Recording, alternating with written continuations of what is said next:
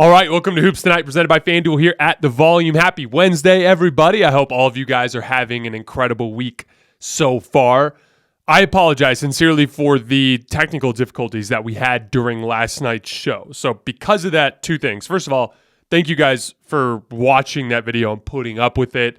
I promise we're working on making sure that doesn't happen again. But as a result, we're going to change our schedule up a little bit this week because we're going to be doing some stuff behind the scenes to make sure that we can go live without having those problems again. So tonight's live show is canceled. And what the rest of this week is going to look like instead is today we're going to talk about two Eastern Conference teams that are on hot streaks, the Boston Celtics and the Philadelphia 76ers. Then the back half of today's show, we're going to hit the two teams that we were supposed to hit last night, but that we cut off because of the technical difficulties. That's the Indiana Pacers and the Minnesota Timberwolves in light of the Karl-Anthony Towns trade. So those are the four teams we're hitting today. Then tomorrow, we're going to cover all of the teams and games that we were going to cover in tonight's show. We're just going to do it. Instead of going live, we're going to pre-record it and release it tomorrow. Friday, we're going to have our quarter of the season awards. And then Saturday morning, we'll have a video covering the Friday night game. So there'll end up being 6 shows this week by the time it's all said and done. You guys know the drill. Before we get started, subscribe to the Volumes YouTube channel so you don't miss any more of our videos. Follow me on Twitter at _JasonLT so you guys don't miss any show announcements. It's also where I'm putting footage breakdowns these days. I did one today specifically talking about Malcolm Brogdon and what he's been doing for the Celtics. So you're going to want to follow me there to get that video. And then last but not least, if for whatever reason you guys miss one of these and you can't get back over to YouTube to finish, you can find them wherever you get your podcasts under Hoops Tonight. On that note, let's talk some basketball. So the Boston Celtics, we talked about them last week, but we really aren't talking about them nearly enough for how good they are, especially since that's what I want the primary focus of this team of this show to be, is on the best teams in the league. So we're going to talk about them again today and probably again tomorrow after the Miami Heat game. They're 13-1 in their last 14 games. In that span, no other team in the league has fewer than 4 losses. So that's how incredibly dominant they've been compared to the rest of the league. They are first in offense with a 6.3 point gap between them and second place over this 14-game span. They are still 15th in defense in this 14-game span, but they've had incredibly dominant stretches. And honestly, they're scoring so well that their defense, they haven't been devoting as much energy to it for spurts of these games because they just haven't felt the urgency. But when they felt the urgency, every time I've watched them, they've been able to hit that switch, shut everybody's water off, and get the win. In this 14-game stretch, they are first in net rating with a 7.4 point per 100 possessions gap over second place. Isn't that completely insane? Their average margin of victory in their 13 wins was 14 points, and they beat a lot of good teams. They beat that Kings team that was red hot. They beat the Dallas Mavericks. They beat the Pelicans. They beat the Hawks. They beat the Nuggets. They beat the Grizzlies, and more. Everyone's playing extremely well. They have 6 players averaging double figures. Jayson Tatum is averaging 31, 8, and 5 on 60% true shooting. Jaylen Brown, 26, 6, and 4 on 64% true shooting. And then Malcolm Brogdon, Al Horford, Marcus Smart, and Derek White are all over 12 points per game during the stretch. Malcolm Brogdon, in limited minutes, is averaging 14 points per game on 64% true shooting. If you extrapolate it out to a per 36, which is like a normal shift, and probably the amount of minutes that he'll be playing in a playoff setting, he's been averaging 23 points and 6 assists per 36 minutes. The Malcolm Brogdon trade has been an absolute home run. That legit additional ball handler addressed a very specific weakness for the Celtics. In addition to that, Marcus Smart improved as a ball handler. Jayson Tatum improved as a ball handler. Even Jaylen Brown, up to 4 assists per game in this stretch. He's handling the ball a lot better. So as a team, they've kind of addressed their biggest flaw, and as a result, they've just been kind of kicking everybody's ass. But Brogdon in particular, I think, is spearheading that. So this season, he's scored 138 points on 134 pick and rolls, including passes, which is in the 68th percentile. And he's really accomplishing that with a combination of 3 things. He's got a deadly pull-up jumper, shooting 45% on the season on pull-up jumpers, including 50% from 3.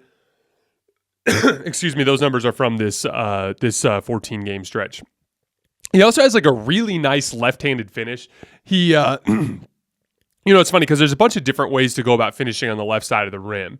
A lot of players will, like LeBron does this a lot. Taylor Horton-Tucker is the most exaggerative example of this. But they'll get to the left side of the rim and they'll just kind of position their body between the defender and the rim, and they'll almost shoot backwards behind their head with their right hand.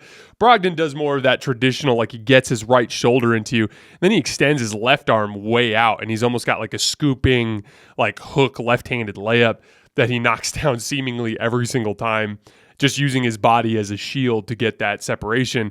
And then he has a willingness to use the roll man. So it's kind of like the perfect combination. Crafty finishing around the rim, excellent pull-up jump shooting, and the willingness to pass to that roll man when the screen defender is helping. That's going to make you effective in pick and roll. So I put together a bunch of clips of this on my Twitter feed, again, at _JasonLT, where you can kind of see an example of a breakdown of the success that Malcolm Brogdon's been having in pick and roll this year. But the bottom line is, as we know with the Celtics, they have, the deepest roster in the league.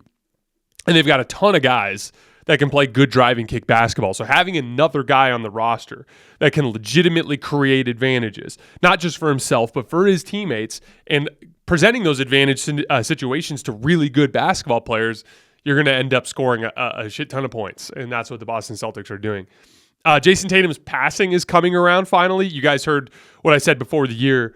I think it's so important, especially in the Celtics system, to have guys that are willing to make that first pass to just get the defense into rotation. And to start this season, Tatum was really hunting his shot. But over the course of this 14-game span, his assists are back up where they should be, around 5 per game, and kind of targeting that specific role a little bit better. When he passes out of pick and roll this year, the Celtics have scored 108 points on 99 possessions, which is in the 79th percentile. And when he shoots or passes out of ISO, the Celtics have scored 111 points on 104 possessions, which is in the 70th percentile. Jaylen Brown's been one of the best pick and roll creators in the league this year. He's good for 127 points on 115 pick and rolls, which is in the 86th percentile. I was watching a bunch of footage on it this morning. It's just classic what you'd expect with Jaylen Brown. A good combination of downhill athleticism getting to the rim and a deadly pull-up jump shot. In this 14-game stretch, he's taken 60 pull-up jumpers, and he's made 33 of them, including 8 for 19 from 3, which is 42%. So Jaylen Brown playing some of the best basketball of his career. And then Marcus Smart, honestly, guys, and Celtics fans I'm sure would speak to this. From what I can tell, from what I've been watching, Marcus Smart is kind of the secret hero of the Celtics offense this year. His combination of a really good handle and quick first step, and ability to get defenders trapped in jail so he can use them to get over the top of screens, that in combination with his posting up, because he typically draws a good matchup just because of the way that the Celtics present matchup problems for teams. He's the guy that is starting so many of these Celtics possessions by getting the defense into rotation, and then everybody's capitalizing on that attention. And then he's always been a really good passer. It's always been one of his best skills, but the game is really just coming together for him. And the resulting numbers are insane. He has scored the Celtics have scored 155 points on 110 Marcus Smart pick and rolls this year, which is the best in the league. Literally the best in the league for guys in that range of volume.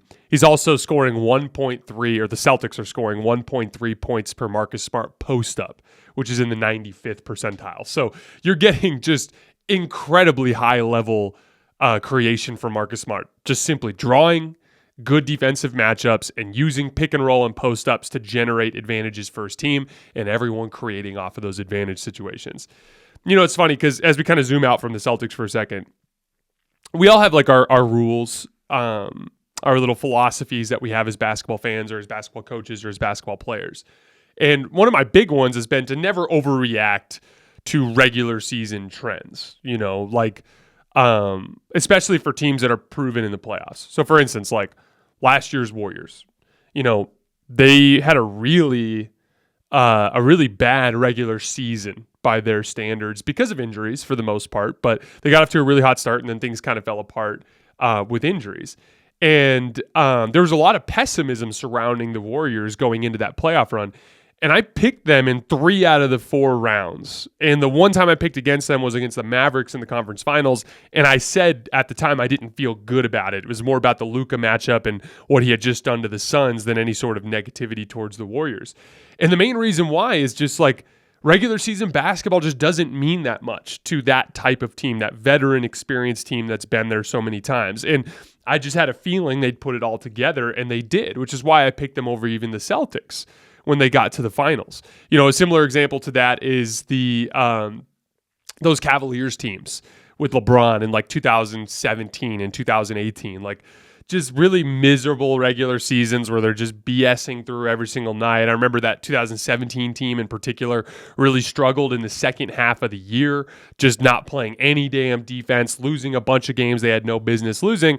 And then what happened? They got into the playoffs and they literally whooped everyone's ass both of those years and made it to the finals. And so, you know, it's kind of like a lesson of mine, like not to overreact to regular season trends. But there's one specific regular season trend that I always pay really close attention to. And that's if there is a team that is just whooping everyone's ass like it's not even close, that team usually keeps whooping everyone's ass until they get the trophy. And the 2 recent examples of this that I would use are the 2020 Lakers. All year long, people hyper-focused on roster flaws. They don't have enough shooting.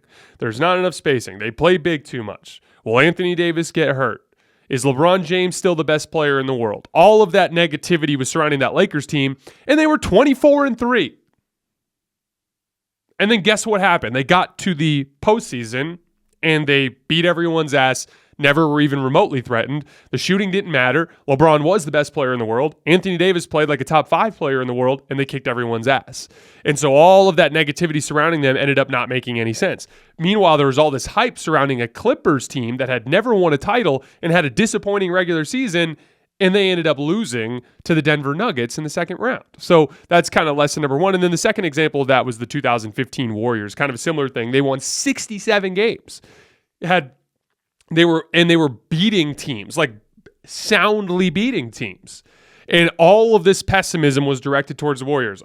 They rely too much on jump shots. Steph Curry and Klay Thompson are, not good defensive players, and all the negativity that was directed towards them. And then guess what happened? They kicked everyone's ass in that postseason run. Yes, they had some injury luck, but they got the trophy at the end of the day. So even last year's Celtics are a good example of this. From the, middle of January to the end of the year, they kicked everyone's ass. And really, if it wasn't for an outstanding Steph Curry performance and a really bad Jayson Tatum performance, they probably would have won the title last year. So when a team is just killing everybody, we should probably pay close attention to it. Now, to be clear, I'm not picking them over either of Milwaukee or Golden State because of the respect I have for Giannis and the respect I have for Steph. But with the ascent of Jayson Tatum this year and the ascent of Jaylen Brown and how good they've been, I don't feel good about it. And I would not be surprised if I ended up being wrong at the end of the day. All right, moving on to the Philadelphia 76ers. So they're up to 12-9 now, thanks in large part to a 3-1 stretch with no Joel Embiid, no Tyrese Maxey, and no James Harden. And they've succeeded in that stretch based on 3 things. Their defense, Tobias Harris, and Joel Embiid, obviously. And I'm not just talking about this 3-1 stretch, but in general, since the Maxey and Harden injuries, the Sixers have been pretty good, and it's been because of those 3 guys, Joel Embiid, Tobias Harris, those 2 guys, and their defense. So they're up to 3rd in the league in defensive rating, in large part because they fixed their transition defense. If you guys remember, they had the worst transition defense in the league to start the year. It was them and the Brooklyn Nets that were right there at the bottom of the league. But since the beginning of November, so for a month now, the Sixers have allowed just 1.07 points per transition play, which is 2nd best in the league. So shout out to Doc Rivers for addressing and fixing that transition defense problem. Remember, defense will carry you through offensive struggles. It will keep you in games and give you a chance to win. And it helps you churn out wins, in particular against bad teams. So for instance, you got a back-to-back set of games against the Orlando Magic. And Joel Embiid's out. Tyrese Maxey's out, James Harden is out. You don't have a ton of talent, but they defended extremely well. They had a 105 defensive rating in both of those games, and they were never really truly threatened, and they won both of them. Tobias Harris, we shouted him out in that game where they beat the Nets last week, but he's really done a nice job stepping into a larger role because of the injuries, and he's been awesome. Remember, he got a max contract because of what he could do in a larger role, and then he was almost immediately slotted down into a smaller role. And so it's good to see that he has, stayed sharp in those more on-ball responsibilities so that when he had to step into this role, he could succeed. Since the James Harden injury, Tobias Harris is averaging 20 points per game on 56% true shooting. The Sixers are 6-1 this year when Tobias Harris scores at least 20 points. He's been really good in isolation situations, 1.13 points per possession, which is the 84th percentile, including passes. And then he's scoring really well out of the post, although he's not passing well. And he's been really good attacking closeouts. Just another big, strong wing that is skilled and versatile. And that sort of thing is just going to find a way to succeed in the NBA these days. Joel Embiid. So obviously he's been out of the lineup a little bit recently. But when he's been healthy, he's been amazing this season. He had 38 and 7 against the Hawks on Monday. He's scoring a career-high 32 points per game on a ridiculous 63% true shooting percentage, which is the second best efficiency mark of his career. And he's been outstanding defensively, just a bona fide superstar. I know Joel Embiid's not my favorite player, but that's more just aesthetic stuff, like some of his demeanor stuff and some stuff with his foul baiting, which drives me insane. But I tried to do my best to be fair about this stuff, and he's probably been one of the 5 best players in the league this year when he's been healthy. It's been health concerns that have been the problem there. And then Shake Milton, when Tyrese Maxey and James Harden went down, yeah, you lean more on Tobias Harris. Yeah, you lean more on Joel Embiid. Yeah, you can go more on wings. You're seeing a little bit more Matisse Thybulle, right? But you needed somebody in that backcourt to step up. And D'Anthony Melton, honestly, has struggled a little bit. But Shake Milton has just been shooting the laces off the damn basketball during this stretch. Since the Tyrese Maxey injury, Shake Milton is averaging 23 points per game on 57% from the field, 54% from three, and 96% from the foul line. Kind of like replacing in that Seth Curry role that the Sixers used to use. He's got a 69% true shooting percentage over this span. They needed somebody to step up, and Shake Milton has been that guy. If they can get D'Anthony Melton to find his shot, they'll be cooking with gas, and they'll still be really effective during this stretch without their backcourt. This is a super talented roster that has done a nice job of covering for their health issues with guys stepping into larger roles and succeeding, locking in on the defensive end of the floor, which is under their control, and Joel Embiid, their superstar, playing like a bona fide superstar. All right, moving on to the Pacers. These are going to be pretty quick. So, obviously, we were going to shout them out last night when talking about the Lakers, but they deserve a little bit of a shout out. So, they're playing really good basketball right now. They're 4th in the East in the standings right now, so they'd have home court in the first round. They're 10th in offense, 13th in defense. Ben Mathurin is having a really nice rookie campaign. He's been thriving in the advantages that the Pacers create for him. So he's not having, like most young players, he's struggling when he has to create his own shot in stagnant situations, like in a half-court pick-and-roll set or in a late-clock isolation set, things along those lines. But when, like on out-of-bounds plays and when they run their sets, when they get, or in closeout situations when he's catching with the defenses in rotation, he's doing a really nice job of scoring in those situations with just a simple combination of a good three-point shot, a really nice floater, with good lift and shoots it high and soft, and then ability to finish around the rim.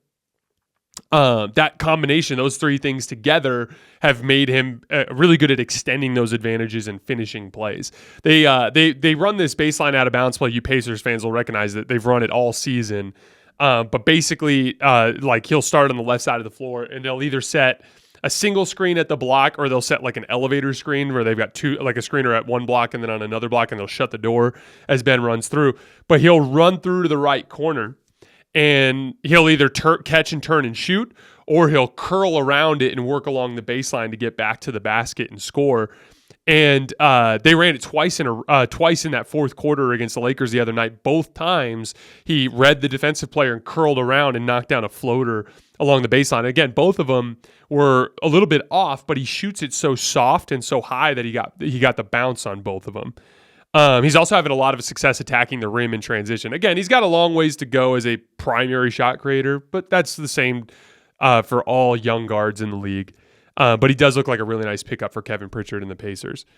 Myles Turner has completely returned to form. He's playing the best basketball of his career. His last 11 games, he's averaging 20 points and 9 rebounds, 2.3 blocks per game, and shooting 42% from three on over 4 attempts. Overall, he's shooting 57% from the field. Myles Turner has been so damn good that I'm stunned that the Lakers have not been begging the Pacers to make that deal. Now, my guess, Jovan Buha went on Alan Silva's podcast this morning, I believe, and specifically said that the Lakers are leaning towards a deal that would send something like Kendrick Nunn and Patrick Beverley in a first instead of a Russell Westbrook-centric deal. And if they do something along those lines, I would be interested to see if they kind of threw another minimum contract in there and tried to target just Myles Turner rather than Buddy Hield, giving them a legit big identity that they can go to. But the shout out to Myles Turner, he's been awesome. And then the big guy with the Pacers, we got to shout out is Tyrese Halliburton. He's quickly become one of the best passers that we have in the league. And you guys know how much I value high-level playmaking. It's always been my favorite NBA skill set because, all NBA players, especially in this era, are getting so good at basic things. 3-point shooting, one dribble pull-ups, floaters, driving and kicking. The league in general is getting a lot better at extending advantages and finishing plays. So having guys that can beat that initial wall of the defense to get them into rotation is so incredibly valuable, and Tyrese is doing that at an extremely high level. He's got a 55% effective field goal percentage on pull-up jumpers this year, which is again, if you want to be a successful pick and roll ball handler or advantage creator in general, you have to have a pull-up jump shot. You have to be able to dribble and beat people off the dribble, and you have to be able to see the floor well enough to pass. And Tyrese adding that legit pull-up jumper has opened up everything for him this year. He's one of the highest volume pick and roll guys this year. So he's only in the 63rd percentile in terms of point per possession, but he's run 445 pick and rolls this year. It's one of the foundational pieces of that Pacers offense, and he's getting more than 1 point per possession out of it, which is really good. That means that in a set defense situation, like half court, everyone's trapped, they can wear out and spam Tyrese Halliburton pick and roll and get good stuff out of it. So shout out to the Pacers playing some good basketball. I would imagine they'll pull the plug eventually. But the one thing that's weird there is it'd be a lot more interesting to look at them if Malcolm Brogdon was around still. But then again, you got to keep things open for guys like Benedict Mathurin to develop. All right, moving on to the Minnesota Timberwolves. So Karl-Anthony Towns had a calf strain. Thankfully, it wasn't worse. Obviously, we were all terrified when we saw that video clip. The Wolves really need to take their time with this one because you have enough talent with Gobert and with Anthony Edwards and D'Angelo Russell. You have enough talent to play functional basketball during this stretch. So there's no reason to rush Karl Towns back. We've seen examples in NBA history, particularly with Kevin Durant in 2019, where a calf strain, when you rush back, can turn into an Achilles issue. So I hope they take their sweet time figuring this out and getting Karl Towns healthy. The nice thing, the silver lining, whatever you want to talk about, the glass half full way of looking at it, is this will actually force the Timberwolves to play some more traditional lineups. So before we go any further, I just wanted to give you guys some lineup data about the Gobert Towns fit so you guys can kind of see what it's looked like in different combinations. These numbers are per Cleaning the Glass, by the way, which filters out garbage time. So when Rudy Gobert and Karl Towns are both on the floor, the Wolves have a -1 net rating in 832 possessions. Remember, net rating is just differential per 100 possessions, meaning they're getting outscored by 1 point per 100 possessions. Defense is good, not great with both of them on the floor, which is concerning because that's why you make a Gobert trade. And then their offense is pretty bad. When Karl Towns is on and Rudy Gobert is off, they are dead even in 657 possessions. 119.5 offensive rating, which is incredible, and 119.5 defensive rating, which is atrocious. So kind of what you would expect, Gobert off and Towns holding things down on the center position, especially with all the perimeter defenders they lost in that deal. With Gobert on and Towns off, it's been bad. They're -8.9 points per 100 possessions and 432 possessions. Awful on both ends of the floor. That's got to be concerning because that's where you've got to go now with Karl Towns being out. So now, as we kind of talk about what that's going to look like, remember what worked for the Jazz. What worked for the Jazz was Rudy Gobert, everyone chasing guys off the three-point line and funneling to him. And then on the offensive end, tons of ball handling and shooting, because Gobert's offensive limitations can be a problem, but he's a great screener and he's a great vertical spacer and he's a great offensive rebounder. So as long as the aggregate lineup spacing and shooting and ball handling is good enough, you can still run a really successful offense with him. The problem is, this is what's crazy. When Gobert's been on the floor without Karl Towns this year, the most used lineup for the Timberwolves has involved Naz Reid. So they're playing two bigs even without Karl Towns on the floor, which just doesn't make any sense. That lineup is Jordan McLaughlin, Jaylen Noel, Taurean Prince, Naz Reid, and Rudy Gobert. That's the most commonly used Gobert, no Towns lineup. They've played 27 possessions, so obviously a little bit low volume, but they've only had a 70 offensive rating with that group. Just not enough ball handling, not enough shooting. There are some Gobert lineups that have worked. If you plug in Anthony Edwards for Naz Reid, and now it's Jordan McLaughlin, Jaylen Noel, Taurean Prince, Anthony Edwards, Rudy Gobert, they're plus 32 net, and they have 142 offensive rating, albeit in a somewhat small sample size, only 19 possessions. So again, like the Gobert lineups have primarily been bench groupings. They're playing him a lot with Jaylen Noel, playing him a lot with Jordan McLaughlin. That's going to change. The Gobert by himself lineups are now going to be a lot of like D'Angelo Russell, Anthony Edwards. And what I'd like to see them do is just go with two wings. And so go with like Taurean Prince and Jaden McDaniels, for instance, or, Kyle Anderson and Jaden McDaniels, and just lean on like, a better version of the Jazz, because the Jazz just didn't quite have the perimeter defenders, but Kyle Anderson's a really good perimeter defender. Taurean Prince is a really good perimeter defender. Jaden McDaniels is a good perimeter defender. Even Anthony Edwards, when he's locked in, is a good perimeter defender. So they could functionally have some groupings that are better versions of what the Utah Jazz do. They just need to actually put those groupings together now that Karl Towns is out of the rotation, and they actually move those Gobert lineups into those starting groups. Specifically when I've tried to find some data. They don't have a ton of data when those types of groups are playing, again, because the starters have usually included Cat. But when they've played D'Lo, Ant, Taurean Prince, Jaden McDaniels, and Rudy, they're plus 44 net rating, although in a really small sample size. You could also see a little bit of Jaylen Noel mixed in there because he's a little bit better ball handler and has a little bit more of that natural scoring feel. But to be clear, at this point, when they have Rudy Gobert with the starting backcourt, so Anthony Edwards and D'Angelo Russell, no Karl Towns, no Naz Reid. So Rudy Gobert with the starting backcourt and no other big, they are minus 15 net rating in 63 possessions, which is pretty bad. So they're going to have to figure out how to be successful with those groupings. They should be. That data doesn't even make sense to me. They should be better than that. They're going to have to figure that out, or the losses will pile up. And this is where I want to talk about Anthony Edwards for a minute, because he's been one of the main culprits of the Wolves' rough start. I was really high on him coming out of last season. I believe, I remember correctly, I had him 20th in my player rankings, but he was somewhere in my player rankings, which is higher than most people had him. And I just saw him as a superstar on the rise, a combination of like, I called him mini LeBron because he's so big and strong as a downhill threat that bodies just bounce off of him on his way to the rim. And then he had a good pull-up jump shot to end last season. Combine that with what he can do defensively when he's locked in, and you see a superstar in the making. But his pull-up jump shooting has been bad this year, just straight up bad. He's shooting just 34% on dribble jumpers this year, and as a result, his pick and roll shot creation has been bad.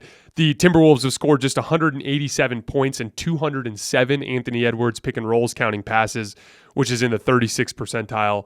Just not good enough. And I was watching a bunch of film on it yesterday. He's still deadly when he's going downhill and he's finishing really well around the rim. It's just the pull-up jump shooting that's causing problems. And the other thing too that I've noticed too is if he doesn't like the spacing, like if he likes the spacing, he's going downhill and he's scoring. But if he doesn't like the spacing and he doesn't get to his pull-up jump shot, instead of like going downhill anyway and drawing the defense even closer and making that kick out pass so at least the defense is in rotation, he'll come off the screen, decide he doesn't like the spacing, and just throw a swing pass. And so I'd like to see Ant just be a little bit more aggressive, even if he doesn't like what he's seeing, just understanding what advantage he can create just by, taking that extra dribble downhill with some force and then elevating and kicking to somebody on the wing, giving them a rotation situation rather than just a kick out pass that doesn't accomplish anything. Ant's also only getting about a point per ISO, which is only slightly above average. D'Angelo Russell has actually been pretty solid as a shot creator, so I don't, D'Angelo Russell is what he is. I don't think he's considered part of the future in Minnesota, but he's a perfectly fine shot creator in the NBA, especially on the second side. Coming into the season, we talked about when they made that trade, because Patrick Beverley has been bad for the Lakers this year, but he was good for the Timberwolves last year. And, Timberwolves fans have some complaints about Malik Beasley and his commitment on the defensive end of the floor, stuff like that. I actually thought Malik Beasley was pretty good for them last year, and he shoots the shit out of the basketball. They were depending, after that trade, on guys like Jordan McLaughlin and Jaylen Noel to take steps up into those roles, and they just simply have not been good enough. Those two guys are going to have to start playing better if the Wolves are going to have success on the level that they had last year. I was low on the Wolves coming into the season. As you guys know, I'm still low on them. But there is enough talent on this roster to be successful without Cat as long as they lean into that Jazz model. Lots of ball handling and shooting around around Rudy Gobert, and then focusing in on the defensive end of the floor, getting into that, classic Jazz style screen and roll to the basket, try to get Anthony Edwards and D'Angelo Russell downhill, and funneling guys to Gobert on the other end of the floor. As long as Anthony Edwards gets back on track with the better spacing and Jaylen Noel ends up kind of taking that step up. I don't think much of Jordan McLaughlin, but I actually like Jaylen Noel's game a lot. If he kind of steps up into that role, they will hit a groove pretty soon, I think. And I actually think in the long run, I think this is not a Karl Towns commentary. This is just a commentary on the team. I think in the long run, they're going to hit a stride here, and I think they're going to play some pretty good basketball. It's just a fundamental team construct thing that I disagree with. If you have two bigs, the lineups are too slow-footed, and there's not enough ball handling. So I think they're going to actually hit a little bit of a stride here without Gobert. All right, guys, that is all I have for today. Again, I sincerely apologize for the technical difficulties yesterday. We will be back tomorrow covering all of tonight's games. As always, I sincerely appreciate your support, and I will see you guys next time.